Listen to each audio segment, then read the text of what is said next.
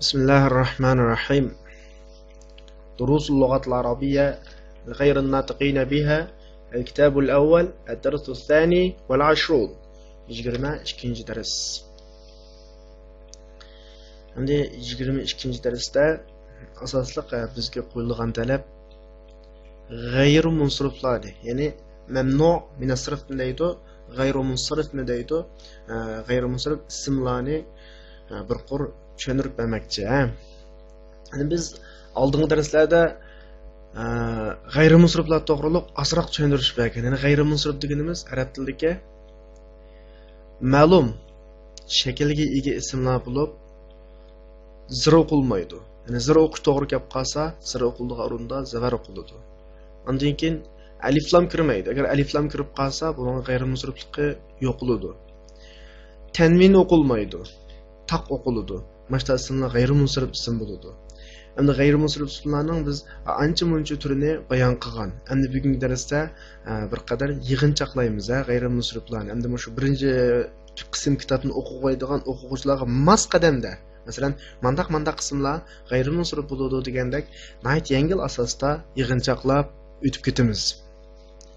Olsa darsdagi ikkinchi betga qarang. Al-mamnu'u min as-sarf degan o'ringa.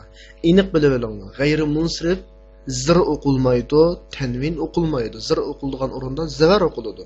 Mana bu g'ayrimusrifning asosiy jumladagi ishlatishga tegishli qoidasi. Endi g'ayrimusrifni avtor bizga nima deb tushuntirdi? Al-anwa'ul atiyya min al-asma'i mamnu'atu min as-sarf. Ya'ni ismlardan tuvandagi turlari musrifdan cheklanadi, ya'ni g'ayrimusrif bo'ladi.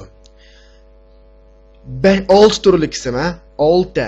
Birinchisi ayollarning ismi, 3 harfdan ortiq ayollarning ismi va narsalarning ayolcha ismi, ya'ni oxirida tavg'an ismlari 3 harfdan ortiq bo'lish kerak. 3 harfdan ortiq bo'lgan o'rin yoki shahar yoki boshqa narsalarning 3 harfdan ortiq bo'lgan oxirida tavg'an ism g'ayrimusrif bo'ladi. Bu birinchisi.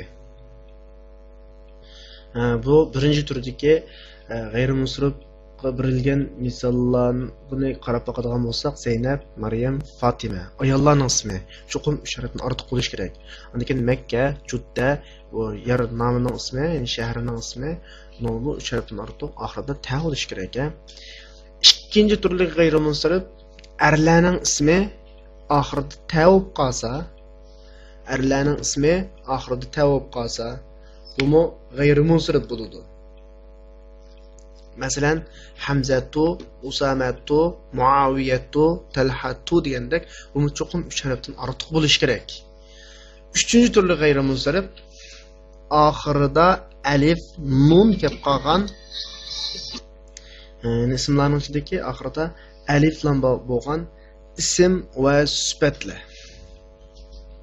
Ism va sifatlar. Endi hozir sizlarga yangi o'quvchi bo'lg'achqa bundan ortiq tushuntirmayman. Faqat sizlarga odatdagi ismlar bo'lib qolsa, cho'qim maxsus xos ism bo'lish kerak. Ya'ni xos ismning oxirisida alif nun ortiq alif nun kelib qolsa, masalan, Osmanu, Affanu, Sufyanu, Marwanu, Nu'manu degandek alif nun ortiq alif nun bo'lib qolgan bo'lsa, bu ismlar g'ayrimusrif bo'laveradi. Undan boshqa sifatlarning oxiridami alif nun bo'lib qolsa g'ayrimusrif bo'laveradi. Masalan, kaslanu, jaw'anu, atshanu, shab'anu, mal'anu degandek. Masalan, kaslanu mas, jaw'an och, atshan ussuz, shab'an to'q, mal'an to'shaq degandek yuqoridagi sifatlarning hammasi oxirida alif nun kelganligi uchun g'ayrimusrif bo'ldi. To'rtinchi g'ayrimusrif af'alu fe'l shaklida kelgan har qanday xos ism. Af'alu fe'l shaklida kelgan xos ism. Masalan, Ahmadu, Anvaru, Akbaru, Ahsanu degandek. Andigan sifatlarmi g'ayrimusrif bo'ladi, mush shaklda kelgan. Ikkinchisi, to'rtinchisining ikkinchisi ranglarning hammasi g'ayrimusrif. Masalan, abyadu, aswadu, ahmaru, asfaru, axtaru, azraqu degandek. 5-chi g'ayrimusrif chet tildan kirgan, sirtqi tildan kirgan ismlarning hammasi g'ayrimusrif bo'ladi. Masalan, William, Edward, London, Paris, Pakistan, Bag'dad, Ibrohim degandek, Ismoil, Ishoq, Yaqub, Yunus, Yusuf degandek sirtlardan kirgan mayli odamlarning ismi bo'lsin, mayli shaharlarningki xos ismi bo'lsin, bularning hammasi g'ayrimunsirif bo'ladi. 6-chi g'ayrimunsirif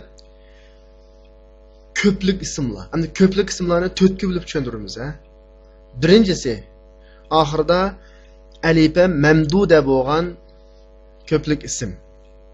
Yani suzuladigan alif. Masalan, aghniya'u, astiqa'u, aqwiya'u, atibba'u degandek.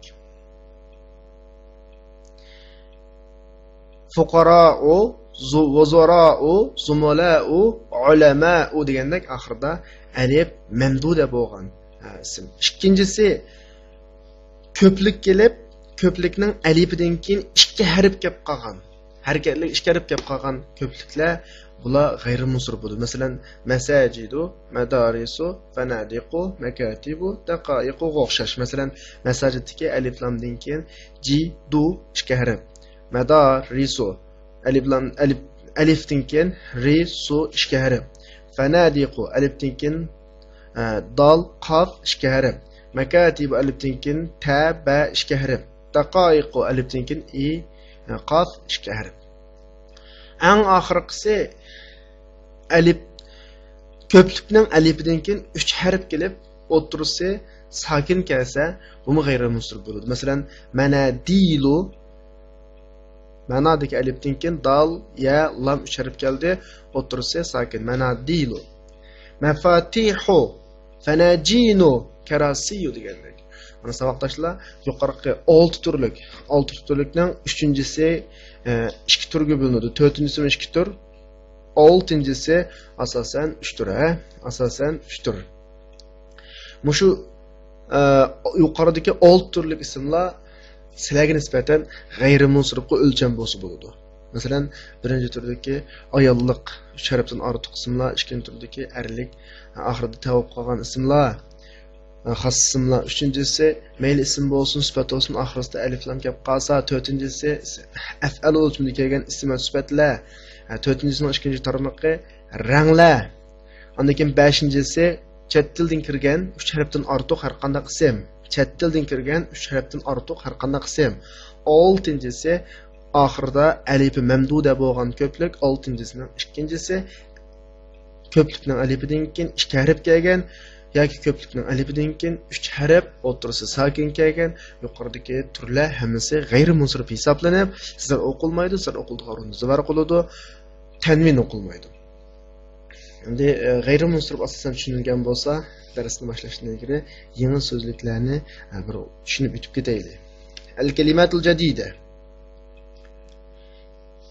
Al-finjanu, fanajinu, al-madrasatu, madarisu, al-masjidu, masajidu, ad-daqiqatu, daqaiqu, qala, al-mindilu, manadilu, al-miftahu, mafatihu, abyadu, ahmaru, akhdaru, aswadu, azraqu, asfaru.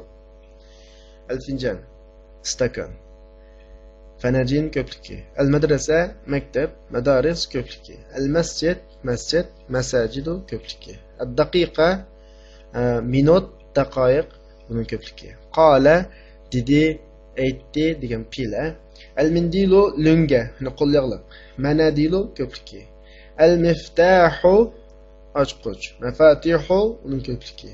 Abyad oq rang.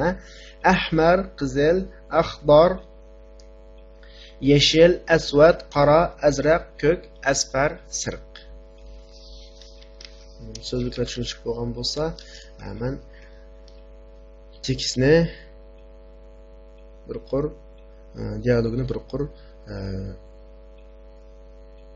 o'qib, tarjima qilib, tahlil qilib beray. الدرس الثاني والعشرون 22 درس.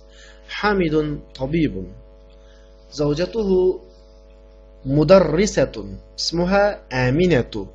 حامد له 4 أبناء هم حمزة وعثمان وأحمد وإبراهيم أحمد وحمزة طالبان أحمد طالب مجتهد وحمزة طالب كسلان عندي 5 أقلام هذا قلم أحمر وهذا قلم أزرق وهذا قلم أخضر وهذا قلم أسود وهذا قلم أصفر عندي مناديل كثيرة هذا أبيض وهذا أصفر وهذا أحمر وهذا أزرق وهذا أخضر عندك منديل أسود؟